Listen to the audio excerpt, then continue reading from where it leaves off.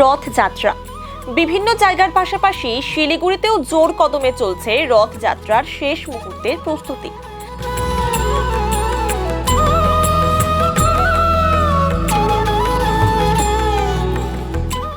Puri Mahesh ISKCON মন্দিরের পাশাপাশি বিভিন্ন বনেদি বাড়িতে জগন্নাথ দেবের রথযাত্রা উৎসব ধুমধাম করে পালিত হয়।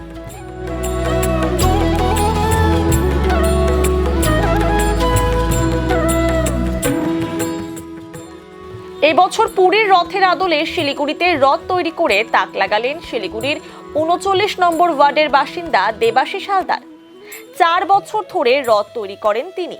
তার তৈরি জগন্নাথ দেবের এই রথ শহরের বিভিন্ন অলিগলি পরিক্রমা করে।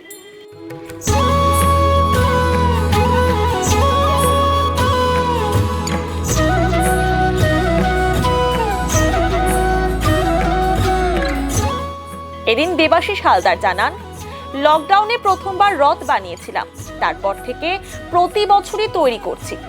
আমার তৈরি এই রথ শহরের অলি গলি পরিক্রমা করে। এবারে আমার মেয়ে, বন্ধু সহ অনেকেই রথ তৈরি করতে সাহায্য করেছে।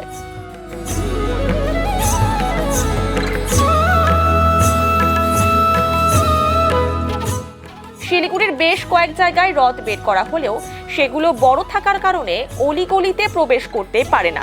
এতে বয়স্ক মানুষেরাও ভিড়ের জন্য যেতে পারেন না। তাই তাদের কথা চিন্তা করে এই উদ্যোগ নেওয়া।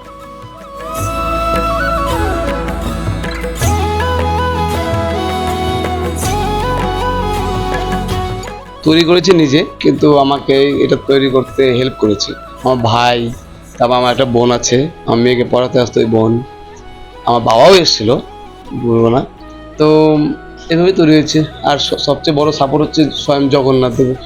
এটা এই বছর দিয়ে 4 বার বের হবে, কিন্তু 3 বছর হলো। 2021-এ যখন লকডাউন চলছিল ওই সময় রথ বানিয়েছিলাম আমি।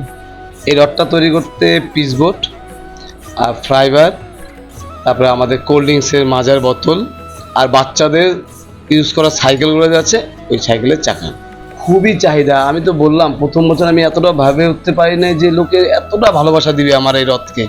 আর সবচেয়ে ভালো রথে ভালোবাসা পাই আমি বয়স্ক মানুষদের, যারা কাছে পেয়ে চলতে পারে না, তারাও চলার চেষ্টা করে যে দুপা আমি এই রথের দড়ি ধরে যাই। হ্যাঁ, আমি এই দড়ি ধরে ওইটা আমি ওই যে বয়স্ক মানুষের মুখে যে ভালোবাসা, চোখে মুখে যে ভালোবাসা দেখি, আনন্দটা দেখি না, ওটা তাতে আমি খুবই খুশি।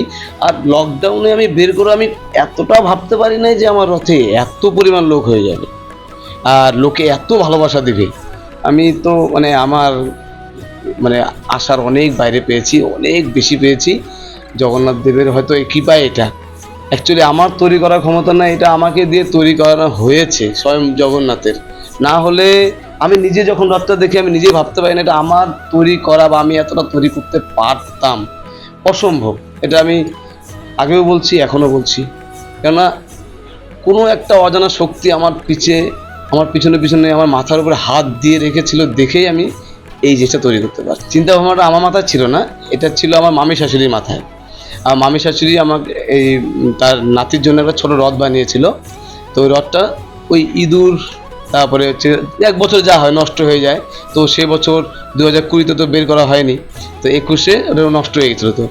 তো মামি বলছিল একটা রথ বানাও, তো নষ্ট হয়ে গেছে। তো আমি ঠিক আছে, মামিকে কথা দিয়ে আসলাম আমি বানাবো। তো বলে আসলাম, বাড়িতে এসে না আমি মোবাইলে ইউটিউব সার্চ করে পুরীর রথে সার্চ করছি। তো পুরীর রথ দেখে আমার মনে হলো যে হয়তো হয়ে যেতে পারে আমাদের।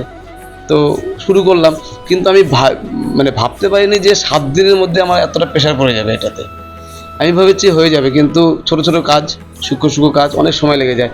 আঠার কাজ আছে, ছোট ছোট পিনের কাজ আছে। তো সেক্ষেত্রে আমার ভাই, তারপরে আমার একটা বোন হেল্প করেছিল। হ্যাঁ, প্লাই ছিল, কিন্তু কিছু কিছু জিনিস ছিল যেটা হচ্ছে খুব কম সময়ের জন্য আমি পিসবোর্ড কেটে, একটা কি হচ্ছে প্লাই কাটতে গেলে আমাকে হাতুড় বাটার লাগছে, আর পিসবোর্ড কাটতে গেলে আমার কেচিতে হয়ে যাচ্ছে। যে কাজটা আমার 1 ঘন্টা, সেই কাজটা আমার 10 মিনিটে। তো আমি প্রথম পিসবোর্ড দিয়ে বানিয়েছিলাম, কিন্তু পিসবোর্ড দিয়ে বানানোর পরে জাস্ট কিছুটা যাওয়ার পরে আমি বুঝতে পারছি যে এটা বাড়িতে বানিয়ে রাখা রাস্তায় চলার মধ্যে অনেক তফাৎ। এগুলোকে আমার চেঞ্জ করতে হবে, কেননা সব খুলে যাচ্ছে, সব হিলে যাচ্ছে। তো ঠিক আছে, অনেকজন আমার বন্ধু বান্ধব সাথে ছিল, তারা ধরে যাক রথটা পার করেছিল। তো পরের বার থেকে যেগুলো আমি ফেস করে যাচ্ছি সেগুলোকে আমি চেঞ্জ করে যাচ্ছি। এভাবে এবার দিয়ে 4 বছর।